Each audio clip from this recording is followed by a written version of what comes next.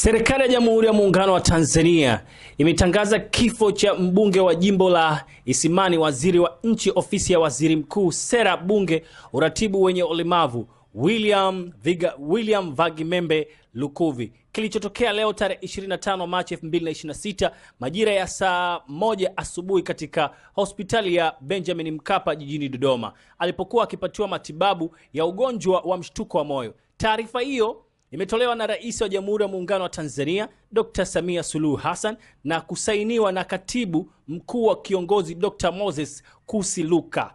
Marehemu Lukuvi alikuwa akihudumu kama mbunge wa Isimani mkoani Iringa na waziri katika ofisi ya waziri mkuu, sera, uratibu wa shughuli za serikali pamoja na masuala ya watu wenye ulemavu.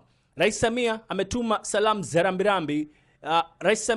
salamu za rambirambi kwa Spika wa Bunge la Jamhuri ya Muungano wa Tanzania, familia ya marehemu, ndugu, jamaa, wananchi wa jimbo la Isimani na Watanzania wote kwa ujumla. Bwana ametoa, Bwana ametoa, jina la Bwana lihidimiwe. Inna lillahi wa inna ilaihi rajiun. Hii ni 69 Media News Update kwa wale wote ambao bado hawajatufuatilia kupitia akaunti ya 69 Media TZ, kupitia akaunti yetu ya YouTube tuko live. Kama bado hujasubscribe YouTube ya 69 Media TZ, basi nafasi ni yako. Langu jina naitwa Osman Maalim. Asante kwa kunisikiliza, asante kwa kuwa na mimi.